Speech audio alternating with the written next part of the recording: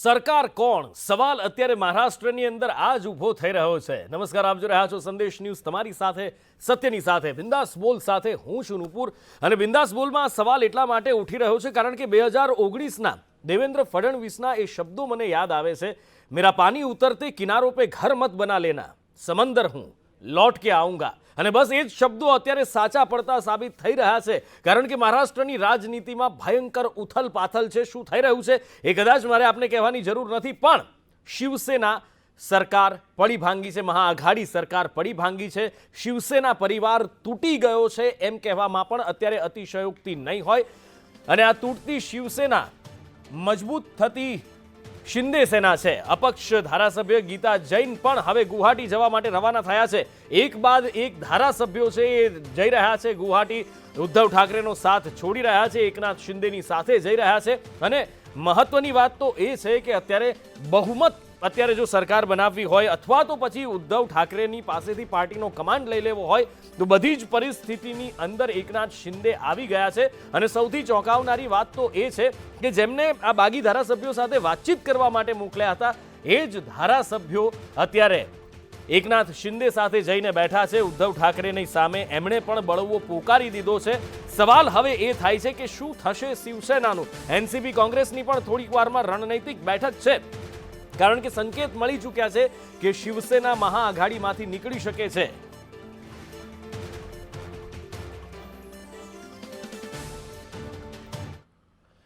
અને ચર્ચા કરીએ. ચર્ચામાં પ્રશાંતભાઈ ગઢવી આપણી સાથે જોડાયા છે. થોડી જ વારમાં આપણી સાથે મુંબઈથી રાજકીય વિશ્લેષક આપણી સાથે રાજેન્દ્રભાઈ રાવલ પણ જોડાશે.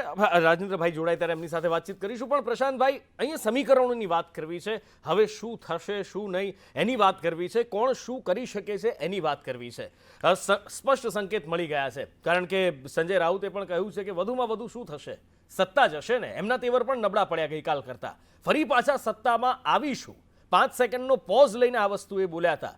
આ શું સૂચવી જાય છે કે ફરી પાછા સત્તામાં આવીશું? એટલે જો એકનાથ શિંદે એવું મન બનાવી લીધું હોય કે નવી શિવસેના મારી શિવસેના હશે, કારણ કે બાલાસાહેબ ઠાકરે તો પાછા મધ્ય એટલે કેન્દ્ર સ્થાને છે દરેકમાં, પણ એકનાથ શિંદેની શિવસેના આવું જો મન બનાવી લીધું હોય એટલે શું એમને શિવસેનાનો ચહેરો બનવું હતું? શું એમને આ આખા મહાવિકાસ અઘાડી કે કોઈ બી આ શિવસેના થકી ચાલતી સરકારમાં મુખ્ય ચહેરો એમને બનવું હતું? શું મુખ્યમંત્રી બનવું હતું?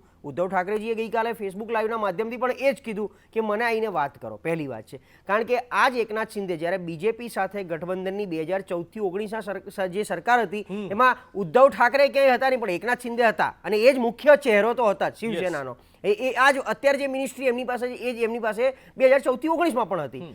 તો ઓવરઓલ એમને શું કરવું છે, શું જોઈએ છે? હવે માનો કે હિન્દુત્વના નામે બીજેપીને સપોર્ટ કરાવવો છે તો એ કરાયા પછી પણ એ શું, એ પોતે મુખ્યમંત્રી બની શકવાના નથી કારણ કે ભાજપને આગળ કરવું છે, દેવેન્દ્ર ફડણવીસને સીએમ બનાવવા છે તો એ પોતે ડેપ્યુટી સીએમ બની શકવાના છે. હવે જો ડેપ્યુટી સીએમ જ બનવું હોય તો અત્યારે આ ધમપછાડા પછી બી એમને કાલે બનાવી દેશે ઉદ્ધવ ઠાકરે, કારણ કે મહારાષ્ટ્ર પાસે એટલું એટલે પ્રોવિઝન છે કે 2 ડેપ્યુટી સીએમ રાખવા હોય તો રાખી શકાય છે. એટલે જે રીતે અજીત પવાર એક સમયે દગો કરીને પેલી બાજુ ગયા હતા અને અહીંયા લાઈને બી ડેપ્યુટી સીએમ બનાવ્યા હતા, એમ એમને પાછા લાઈને ડેપ્યુટી સીએમ તો બનાવી જ શકાય છે. એટલે એમને શું કરવું છે, ક્યાં પેટમાં દુખે છે, કે આ કોઈકના દોરી સંચારથી ચાલે છે? જો દોરી સંચાર છે તો શું છે? હવે આ બધું જોયા પછી શિવસેનામાં ફૂટ થઈ ગઈ છે એ વસ્તુ નક્કી છે અત્યારે. કાં ફૂટ છે અને કાં પછી એટલે આગળ જતા કાં તો ઉદ્ધવ ઠાકરે કોન્ફિડન્ટ છે કે એકવાર મારી સામે આવશે એટલે બધું ઘીના ઠામમાં ઘી હું પાડી દઈશ, એટલે એક જ વળીને વાત કરે છે, સામે આવીને બેસીને ચર્ચા કરો. અને એકનાથ શિંદેને જો આટલો જ કોન્ફિડન્સ હોય, સૌથી પહેલો પ્રોબ્લેમ હતો 12 ધારાસભ્યો, 15 ધારાસભ્યો, 20 ધારાસભ્યો, એટલે એક આંકડો ફિક્સ થઈ ગયો કે 1/3 કરતાં વધારે છે. પછી આંકડો આવે 2/3 કરતાં વધારે છે એટલે એન્ટી ડિફેક્શન લો કે દલ બદલુનો કોઈ લો નથી લાગતો એમની ઉપર. જો આટલા જ કોન્ફિડન્સ છે તો રાસ એની જોવે છે, અવિશ્વાસનો દરખાસ્ત મૂકી દે અને ફ્લોર ટેસ્ટમાં હાજર થઈ જાય અને સરકાર પાડી આપે, દેવેન્દ્ર ફડણવીસ સીએમ બનાવી દે, એમની પાસે બધું જ છે. પણ આ નાટક ક્યાં કેમ ચાલે છે? આ બધાની વચ્ચે એનસીપી બહુ જ મેચ્યોરલી ચાલી રહ્યું છે. શરદ પવાર વળીને કહે છે કે ઉદ્ધવ ઠાકરે જે કહેશે એ અમે કરીશું. બિલકુલ બિલકુલ. આ બધા વચ્ચે એક મોટા અપડેટ મળી રહ્યા છે. મારા સહયોગી મનીષ મારી સાથે જોડાયા છે. મનીષ, શું મોટા સમાચાર અત્યારના? છે એ પ્રમાણે શિવસેનાએ પોતાના અલગ અલગ મોરચાની બેઠકો બોલાવી છે અને ઉદ્ધવ ઠાકરે આ તમામ મોરચાના જે નેતાઓ છે એમની સાથે વાતચીત કરશે. એક નવી રણનીતિ સાથે શિવસેના ફરી એકવાર આ મામલે એક્ટિવ છે અને એટલા માટે કારણ કે શિંદેનો સ્પષ્ટ મેસેજ છે નુપુર કે કાં તો તમે ભાજપની સાથે જાઓ અને જે શરતો એમણે પત્રમાં ભાવનાત્મક રીતે વાત કરીને કરી છે એ શરતો ત્રણે ત્રણ એની એ જ છે. પરંતુ હવે શિવસેના શું એક્શન લેશે એ 7 વાગ્યાની બેઠક બાદ ક્લિયર થશે. પરંતુ ઉદ્ધવ ઠાકરે અલગ અલગ મોરચાની હાલ પૂરતા જે સૌથી મોટા સમાચાર મળી રહ્યા છે એ છે કે અલગ અલગ મોરચાની બેઠકો બોલાવી છે અને બેઠકમાં હવેની રણનીતિ શું તૈયાર કરવી, કારણ કે આખી શિવસેના જે છે તે શિંદેની થઈ ચૂકી છે નુપુર. કારણ કે હવે શિંદે પાસે જે સમર્થનમાં જે ધારાસભ્યો પહોંચ્યા છે એનો આંકડો લગભગ 42 જેટલો થઈ જાય છે. એટલે પક્ષાંતર ધારાની કાર્યવાહી કરવાની જો વાત હોય કે ગઈકાલે વ્હીપની જે ધમકી આપી હતી એ તમામ ધમકીઓ પર હવે પાણી ફરી વળી ચૂક્યું છે અને માત્ર ને માત્ર શરણાગતિ એકમાત્ર રસ્તો બચ્યો છે ઉદ્ધવ ઠાકરે પાસે. અને આ પહેલા જ્યારે સંજય રાઉત જે નિવેદન આપતા હતા નુપુર અને એમાં જે એમણે એક વાત કરી હતી બિલકુલ હળવા મૂડમાં કે તમે જોઈ લો મારા ચહેરા પર ક્યાંય ચિંતાના કોઈ લકીર દેખાય છે, એનો મતલબ એ થાય છે કે અમને કોઈ જ પરવા નથી, અમને કોઈ ચિંતા નથી, કારણ કે અમે આ બધી જ પ્રકારની પરિસ્થિતિમાંથી બહાર નીકળવા માટે સક્ષમ છીએ. એટલે એનો મેસેજ જે છે, જેમ આપણે ગઈકાલથી જે વાત પર બનેલા છીએ કે ક્યાંક ને ક્યાંક શિવસેના માટે હાલની પરિસ્થિતિ બહુ જ સંકટદાયક છે, બહુ તકલીફદાયક છે અને એનું કારણ જે શિંદે પરિસ્થિતિ ઊભી કરી છે એ છે.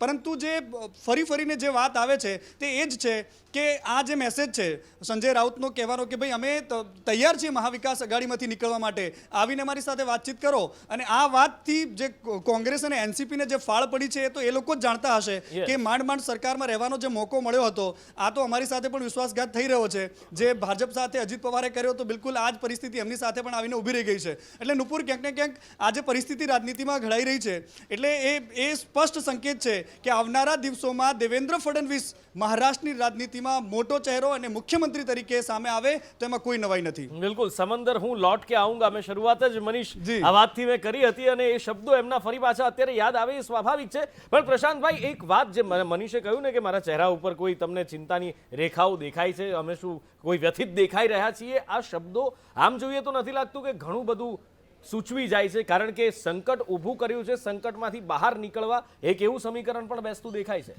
એટલે જેમ એક વાત એવી વહેતી થઈ છે કે શિવસેનાનું પ્લાન્ટેડ બધું સ્ક્રિપ્ટેડ ગેમ જઈ રહી છે, એક એવી વાત ચાલે છે બજારમાં કે આ હવે ઓરિજિનલ હિન્દુત્વ એમને પાછું આવવું છે, ભાજપના ખેમામાં બેસવું છે, પણ રાતોરાત જઈ ના શકે એટલે આખું એક પ્લાન્ટેડ ગેમ ઊભી કરેલી છે અને એમાં એકનાથ શિંદેને મોહરું બનાવવામાં આવ્યો છે અને મોહરાના એમને પાછળ ઇનામ બહુ મોટું મળવાનું છે એવું આપણે એક તરફી કહી શકાય. આમ ઇલોજિકલ લાગે જ્યારે આપણે કહેતા હોઈએ ત્યારે આ વસ્તુને, પણ એ જ્યારે જે રીતે સંજય રાઉત સ્ટેટમેન્ટ પર સ્ટેટમેન્ટ આપે છે, હવે આજે જો આમ કહે છે તો એનસીપીને એક ચિંતા થાય, કારણ કે તમે સમજો સેમ પરિસ્થિતિ એનસીપીની થઈ હતી જ્યારે શરદ પવાર સામે ચાલીને ગયા હતા ઉદ્ધવ ઠાકરે પાસે 2019માં કે તમે જો કહેતા હોય અને તમે આગેવાની કરતા હોય તો હું સોનિયાજીને મનાવી લઈશ. અને એ જ અરસામાં અજીત પવાર સવારમાં 5 વાગ્યામાં 5:30 વાગ્યામાં દેવેન્દ્ર ફડણવીસને લઈને શપથવિધિ કરી હતી. તો હવે આ પરિસ્થિતિ ઉદ્ધવ ઠાકરેની થઈ એટલે એમણે જો પહેલા દિવસથી શરદ પવારના એક સ્ટેટમેન્ટને તમે જુઓ તો એ અડી રહ્યા છે કે શિવસેનાના પહેલા એમણે એવું કીધું એમનો આંતરિક ફેમિલી મામલો છે, પછી કીધું શિવસેના આ પહોંચી વળવા માટે સક્ષમ છે, હવે એમ કહે છે કે શિવસેના જે કરશે એમાં અમારો સપોર્ટ રહેશે. આમાં અને કોંગ્રેસને તો આમ બી બગાસું ખાતા પતાસું ગઈ વખતે મળ્યું હતું, છેક 4થા નંબરે પાર્ટી હતી, ક્યાંય બેસી શકે એવી ક્ષમતામાં, વિરોધ પક્ષમાં આવી એવી ક્ષમતામાં નહોતી, એમાં તો સરકારમાં આવી ગયા છે. એટલે કોંગ્રેસમાંથી અત્યારે જે કંઈ સ્ટેટમેન્ટ આવે એ ચિંતા બતાવે પણ એ એક અવિશ્વાસ બતાવે છે. એટલે આ મહાવિકાસ અઘાડી આખી જે રીતે ઊભી કરવામાં આવી છે એમાં રાતોરાત જો આ સંજય રાઉતના સ્ટેટમેન્ટ પર જઈએ કે મહાવિકાસ અઘાડી સાથેથી છેડો ફાડવા તૈયાર છે તો બહુ જ મોટો અવિશ્વાસ, એટલે વિધાનસભાનો અવિશ્વાસ બહુ દૂરની વાત છે અને રાજકીય સંબંધોનો અવિશ્વાસ, કારણ કે જે રીતે ત્રણેય જણા ભેગા થયા છે ભાજપને નહીં આવવા દેવા માટે. અને એ જ ઉદ્ધવ ઠાકરેને શું જોઈતું હતું કે ભાજપે મારી સાથે ક્યાંક વાતચીતમાં દગો કર્યો છે, મોટા ભાઈ નાના ભાઈ, હમણાં આપણે જેમ ઓફલાઈન વાત કરતા હતા તો મોટા ભાઈની ભૂમિકા એમને ભજવવી હતી. તો મુખ્યમંત્રી પહેલા 2.5 વર્ષ કે પછીના પણ નહીં આપવાના, ત્યારે મુખ્યમંત્રીનો ચહેરો, અને એ વખતે બી જો થોડી ઘણી વાતચીતથી તો આ પતી જવાનું હતું. એ વખતે તમે આખું એ ઘટનાક્રમને જુઓ ને અત્યારના ઘટનાક્રમને મેચ કરો તો એકનાથ શિંદે કેન્દ્ર સ્થાને કેમ છે, એમને શું જોઈએ છે હજી સમજાતું નથી. આખા અત્યારે 42 જેટલા ધારાસભ્યો, હવે આપણો એ સવાલ એ છે કે શિંદે સેના આપણે બરાબર છે કહીએ છીએ પણ એમના સમર્થકો એટલે જે કાર્યકરો છે એ શું આ શિવસેનાને સ્વીકારશે? કારણ કે ધારાસભ્ય તો અત્યારે પદ ઉપર છે એટલે ઉલટપુલટ કરી શકે છે, પણ એ પાછા આવશે તો એ જ શિવ સૈનિકો શિંદેને સ્વીકારશે ચહેરા તરીકે? કારણ કે છેલ્લે તો બાલાસાહેબ ઠાકરેને એમને યાદ પણ કર્યા કદાચ છે. હા બાલાસાહેબ ઠાકરેને યાદ કર્યા છે પ્રશાંતભાઈ, એટલે મનીષ પ્રશાંતભાઈ જે કહી રહ્યા છે કે સ્વીકારશે કે કેમ શિવ સૈનિકો, પણ એનો કદાચ જવાબ અત્યારે શિવ સૈનિકોની ખામોશી એમના સંવાદમાં છે. બાકી ભૂતકાળમાં જો આવું કંઈ થયું હોય તો શિવ સૈનિકોએ મહારાષ્ટ્રમાં શું કર્યું હોય એનું કદાચ કોઈને કહેવાની જરૂર નથી મનીષ. હા બિલકુલ નૂપુર, કારણ કે જે રીતે પ્રશાંતભાઈ વાત કરી એ વાતમાં હું નવી વાત એવી એડ કરી રહ્યો છું કે આખું માળખું રચાયું છે, જે આખું સંગઠન જે ચૂંટણી પછીની જે સત્તા માટેનું આખું માળખું તૈયાર થયું છે મહાવિકાસ આઘાડી, એ આખું અવિશ્વાસ પર જ છે. ક્યારે કોઈ ત્રણેય પાર્ટીઓમાંથી કોઈના પર પૂર્ણ ભરોસો કરી શકે એ ત્રણેય પાર્ટીઓ છે જ નહીં. રહી વાત એનસીપી અને કોંગ્રેસની, તો એ લોકો જ્યારે શરદ પવારે સોનિયા ગાંધીની વિદેશી નાગરિકતાની અથવા તો મૂળ વિદેશી વાતની જે મુદ્દો ઉઠાવીને કોંગ્રેસથી અલગ થયા હતા, ત્યારબાદ એ અવિશ્વાસ તો કોંગ્રેસ અને એનસીપીમાં હતો, પરંતુ ત્યાર પછી જ્યારે યુપીએની સરકાર બનીને શરદ પવાર જેમ વહેતા વાયરા હોય બાજુ વહેવામાં બહુ માહિર છે એટલે કોંગ્રેસની સાથે યુપીએમાં રહ્યા, પરંતુ જ્યારે સત્તાની વાત આવી એમને લાગ્યું કે ભાઈ હવે શિવસેના અને ભાજપ જે મોટા ભાઈ નાના ભાઈ વચ્ચેનો ડખો પડ્યો છે અને પડોશી ફાવી જાય, બિલકુલ આ જ પરિસ્થિતિનો લાભ લઈને શરદ પવારે મુખ્ય ભૂમિકામાં આવીને આખી જે વખતે પોતાની જાતને ચાણક્ય કહેતા હતા, પરંતુ અત્યારે ચાણક્ય પાસે કશું છે જ નહીં. કારણ કે એ વખતે ચાણક્ય ત્યારે થયા હતા કે જ્યારે એમનો પોતાનો ભત્રીજો સામે હતો, એને મનાવવો એના માટે બહુ અઘરી વાત નહોતી, કારણ કે એમના રાજકીય વારસદાર તરીકે પણ એમને જ જોવાઈ રહ્યા છે, એટલે અજીત પવારને મનાવવા એટલા માટે એમના માટે મોટા નહોતા. હવે રહી વાત બીજી અવિશ્વાસની સાથે સાથે વિચારધારાની નૂપુર, વિચારધારાની જ્યાં સુધી વાત છે તો ભારતીય જનતા પાર્ટીની સાથે રહેવામાં શિવસેનાને અત્યાર સુધીમાં કોઈ વાંધો નહોતો, કારણ કે એ જ બાલા સાહેબ જ્યારે હંમેશા એવું કહેતા કે હું રાજનીતિના એ શિખર પર નહીં પરંતુ હું શિવસૈનિક તૈયાર કરું છું, અને ભારતીય જનતા પાર્ટીનું આખા દેશમાં એટલું મોજું હોવા છતાં પણ જ્યારે અટલ બિહારી વાજપેયી અને લાલકૃષ્ણ અડવાણીનો આ દેશમાં જ્યારે જાદુ ચાલતો હતો એવા સમયે પણ હિન્દુ હૃદય સમ્રાટ તરીકેની જે છબી હતી એ માત્ર ને માત્ર બાલા સાહેબની હતી. અને એ પરિસ્થિતિની વચ્ચે હિન્દુત્વનો જ્યારે મુદ્દો તમે થોડી વાર પહેલા કહ્યું હતું કે જે રીતે હિન્દુત્વના જ મુદ્દા પર રાણા દંપતીએ આખા દેશમાં એક નવી ચર્ચા જગાવી, અને ત્યાર પછી ઉદ્ધવ ઠાકરેના હિન્દુત્વ પર સવાલ ઉભા થવા લાગ્યા, અને એમને એવું લાગવા માંડ્યું રાજ ઠાકરે જે રીતે લાઉડસ્પીકરનો મુદ્દો ઉઠાવ્યો, અને આ બધી જ પરિસ્થિતિમાં એમ લાગવા માંડ્યું કે ભાઈ અયોધ્યા જાય છે, આદિત્યને અયોધ્યા મોકલે છે, ફરી એક પાછો પોતાનો ઘરાસ જે લૂંટાતો હતો તે પાછું લેવાના પ્રયાસો કર્યા, અને હવે જે પરિસ્થિતિ આવીને ઊભી છે કે જ્યારે એનસીપીનો મુખ્યમંત્રી બને 2.5 વર્ષ પછી, અને શિવસેનાએ અથવા તો ઉદ્ધવ ઠાકરે તો શિવસેનાનો કોઈ નાયબ મુખ્યમંત્રી બને, એ પરિસ્થિતિ શિવસૈનિકો જોઈ શકે તેમ નથી. એટલે જે પહેલી જે આપણે સંદેહ વ્યક્ત કરી રહ્યા છે કે આખું કરેલું ષડયંત્ર હોઈ શકે, એક રાજનીતિક સોગઠાબાજી હોઈ શકે, અને એ જ વાતનો પુરાવો સંજય રાઉતનું એ નિવેદન કે ભાઈ મારા ચહેરા પર જોઈ લો, અમને કોઈ ફરક પડતો નથી, અને બીજું કે તમે આવો આપણે બેઠા જ છીએ સરકાર, અમે એમાંથી હટી જશું, અમને કોઈ ફરક નથી પડતો. એટલે એનો મતલબ પૂરો થાય છે. બીજા બી ઘણા બધા સવાલો છે કે આખરે ભારતીય જનતા પાર્ટી પર નિશાન નથી સાધવામાં આવતું, શરદ પવાર પણ ચૂપ બેઠા છે સંકુરાઈને, પણ એ પહેલા વચ્ચે એક મોટા સમાચાર અત્યારે સામે આવી રહ્યા છે. અત્યારના સુધીના સૌથી મોટા સમાચાર રાજકીય હલચલના મહારાષ્ટ્રથી સામે એ આવી રહ્યા છે કે મહારાષ્ટ્રમાં સરકાર બનાવવા ભાજપ દ્વારા હવે રણનીતિ તેજ કરી દેવામાં આવી છે. પૂર્વ સીએમ દેવેન્દ્ર ફડણવીસ મુંબઈથી દિલ્હી જવા માટે રવાના થયા છે. અત્યાર સુધીમાં બેઠકોના દોર ચાલતા હતા, દેવેન્દ્ર ફડણવીસ પણ આ બેઠકોના દોરમાં સામેલ હતા, ત્યારે જેપી નડ્ડા અને અમિત શાહ સાથે હવે તેઓ મુલાકાત કરવાના છે, દિલ્હી જશે. એનો મતલબ એ છે કે હવે સોગઠા જે ગોઠવવાના હતા એ ગોઠવાઈ ચૂક્યા છે, અને દેવેન્દ્ર ફડણવીસને બની શકે કે કદાચ ફાઇનલ મીટિંગ માટે બોલાવવામાં આવી રહ્યા છે દિલ્હી, અને દિલ્હી બોલાવીને તેમની સાથે ફાઇનલ પ્લાન તૈયાર કરવામાં આવી શકે છે. અને બીજી એક મહત્વની વાત સામે આવી રહી છે, મોટું નિવેદન શરદ પવાર તરફથી એનસીપીની બેઠકમાં સામે આવ્યું છે. ઉદ્ધવ રાજીનામું આપે ત્યાં સુધી મહાવિકાસ અઘાડીની સાથે રહીશું. શરદ પવાર દ્વારા એવું કહેવામાં આવ્યું છે કે ઉદ્ધવ રાજીનામું આપે ત્યાં સુધી, એટલે અત્યારે બોલાયેલો એક શબ્દ, એક અક્ષર પણ ખૂબ મોટો મતલબ કાઢે છે. જ્યાં સુધી ઉદ્ધવ રાજીનામું આપે ત્યાં સુધી મહાવિકાસ અઘાડી સાથે રહીશું. महाराष्ट्रामध्ये जो काही राजकीय परिस्थिती निर्माण झालेली आहे त्या परिस्थितीच्या संदर्भामध्ये माझ्यानंतर प्रांताध्यक्ष पण अधिकारवाणीनं सांगतील, पण महाविकास आघाडीचं सरकारमधले प्रमुख उद्धव ठाकरे साहेबांना पूर्णपणे पाठिंबा देऊन राष्ट्रवादी काँग्रेस पक्ष शेवटपर्यंत हे सरकार कसं त्या ठिकाणी टिकेल ह्याबद्दल प्रयत्न करत राहणारे, प्रयत्न करणारे, तशा पद्धतीनं आम्ही काम करतोय. मी तशा प्रकारे दुपारी पण मुख्यमंत्र्यांशी बोललो, ते मातोश्रीवर होते आणि आता आदित्य ठाकरेंचा पण दुसऱ्या कामाच्या करता फोन आलेला होता, त्यांना पण मी सांगितलं माझी મીડિયાला ઇલેક્ટ્રોનિક એટલે અજીત પવાર કહી રહ્યા છે કે મુખ્યમંત્રીને અમે વાત કરી છે કે ભાઈ જ્યાં સુધી બને છેલ્લી ઘડી સુધી અમે આ સરકાર બચાવવાનો પ્રયત્ન કરીશું, પણ કેવી રીતે પ્રયત્ન કરશે? જો તમે જુઓ કે આ બાજુ શિંદેનું સંખ્યાબળ વધી રહ્યું છે અને મહાઆઘાડી અત્યારે લઘુમતીમાં આવી ગઈ છે, તો કેવી રીતે રાજનીતિની આ જ મજા છે જે અજીત પવાર 2019માં ભારતીય જનતા પાર્ટી સાથે સરકાર બનાવવા બેઠા હતા, અત્યારે મહાઆઘાડીની સરકાર બનાવવા માટે કંઈ પણ કરીશું એવું કહી રહ્યા છે. પણ સવાલ જે આપણે મૂક્યો હતો એ છે પ્રશાંતભાઈ કે હવે આ એક બાજુ ભાજપ ઉપર શિવસેના કોઈ પ્રહાર નથી કરી રહી, શરદ પવાર પણ સંકોરાઈને બેઠા છે, તો આ શું સંકેત આપે?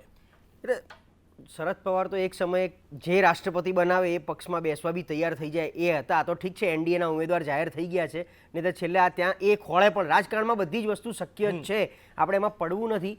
અત્યારે ઓવરઓલ કેટલા ધારાસભ્યો, એમાંથી અપક્ષ કેટલા છે, શિવસેનાના કેટલા છે, એકનાથ શિંદે પાસે કેટલાનું સમર્થન છે, જે લેટર આવ્યો છે અને સહીઓ આવી છે, સહીઓ ઉપર પણ ક્યાંક થોડા સવાલો થયા છે અને એટલા માટે જે ડેપ્યુટી સ્પીકર છે એમણે કીધું છે કે સહીઓ ચેક કરવામાં આવશે. અને ઉદ્ધવ ઠાકરે, મને એવું લાગે છે એમને કોન્ફિડન્સ અલગ બોલી રહ્યો છે કે એકવાર સામે આવશે તો આ મેટર હું પતાવી દઈશ. કદાચ મને એવું લાગે છે. મનીષ પાસે મારે એ જાણવું છે કે આમાં જ્યારે જો સરકારનું વિસર્જન કરવાની વાત આવે અથવા ફ્લોર ટેસ્ટની વાત આવે તો સ્પીકર, ડેપ્યુટી સ્પીકરનો રોલ ખૂબ મહત્વનો થઈ જાય છે. હા બિલકુલ નુપુર, કારણ કે જ્યારે અત્યારની પરિસ્થિતિમાં એવું છે કે ભગતસિંહ કોશ્યારી જે રાજ્યપાલ છે એમને કોવિડની વાત છે, કોવિડ થયો છે, પરંતુ જ્યારે અવિશ્વાસની વાત આવે છે અથવા તો વિધાનસભા ભંગની વાત આવે છે તો એ તમામ નિર્ણય લેવાનો અધિકાર મુખ્યમંત્રીની સાથે સાથે રાજ્યપાલ પાસે સૌથી વધારે છે. રાજ્યપાલ નક્કી કરશે કે હવે શું કરવું છે, કારણ કે આ લેટર જે છે તે રાજ્યપાલ પાસે જાય છે વિધાનસભાના અધ્યક્ષ પછી, અને લોકો મુખ્યમંત્રી એટલે સરકાર બનાવવા માટે આમંત્રણ આપે છે બીજા સૌથી મોટી પાર્ટી હોય રાજ્યમાં એને, એટલે રાજ્યપાલનો જે રોલ છે તે બહુ મહત્વપૂર્ણ ભૂમિકામાં હવેનો રહેશે નુપુર. પરંતુ જેમ થોડી વાર પહેલા આપણે જે બ્રેકિંગમાં એ બતાવ્યું કે દિલ્હીમાં એની ગતિવિધિઓ તેજ થઈ ગઈ છે નુપુર, એટલે દૂધનો દાજો છાસ પણ ફૂકી ફૂકીને પીવે. એટલે આ વખતની જે પરિસ્થિતિ છે એમાં ભારતીય જનતા પાર્ટી બિલકુલ ઉતાવળ કરવાના મૂડમાં નથી, અને એનું કારણ એ પણ છે કે જેમ 2019માં થયું હતું તેવું આ વખતે ન થવું જોઈએ, અને આ જ પરિસ્થિતિનું નિર્માણ ફરી એકવાર ન થાય એટલા માટે ભારતીય જનતા પાર્ટીના નેતાઓ જે છે તે એક પછી એક મીટિંગો કરીને, પરંતુ અને શિંદે સાથે જે વિશ્વાસની વાત છે એ તમામની સાથે રહીને એક પ્રકારના એક પ્રોપર વે સાથે આગળ વધી રહ્યા છે. અને મુખ્યમંત્રી બનવાની વાત જ્યાં સુધી ફડણવીસની છે નુપુર, ત્યાં સુધી અત્યારે દેવેન્દ્ર ફડણવીસ દિલ્હીમાં છે, દિલ્હીમાં કયા પ્રકારની ચર્ચાઓ થઈ રહી છે અને શિંદે સાથે શું અપેક્ષા છે નુપુર? બિલકુલ ચર્ચા ઘણી બધી થઈ શકે એમ છે, કારણ કે મુદ્દો એવો છે અને એવી ઉથલપાથલ છે, પણ સમયના બંધનમાં બંધાયેલા છીએ. ચર્ચાને અહીંયા આપણે પૂર્ણ વિરામ મૂકીશું. આપનો બંનેનો ખૂબ ખૂબ આભાર અમારી સાથે જોડાવા બદલ. અને છેલ્લે કહેવાનું એ જ છે કે દિલ્હીની અંદર ગતિવિધિ તેજ થઈ છે, જેમ મનીષે કહ્યું, જેમ હમણાં બ્રેકિંગ અમે આપને બતાવ્યું. ફડણવીસને દિલ્હીનું તેડું આવવું શું સૂચવે છે? શું આ બધાનો અંત હવે નજીકમાં છે? શું આનું કોઈ પરિણામ નજીકના જ ભવિષ્યની અંદર, એટલે કે નજીકના થોડા જ કલાકોની અંદર દેખાઈ શકે છે? હવે એનો જવાબ તો કદાચ સમયની પાસે છે, પણ ત્યાં સુધી જે થઈ રહ્યું છે એ ખૂબ રસપ્રદ છે. નમસ્કાર.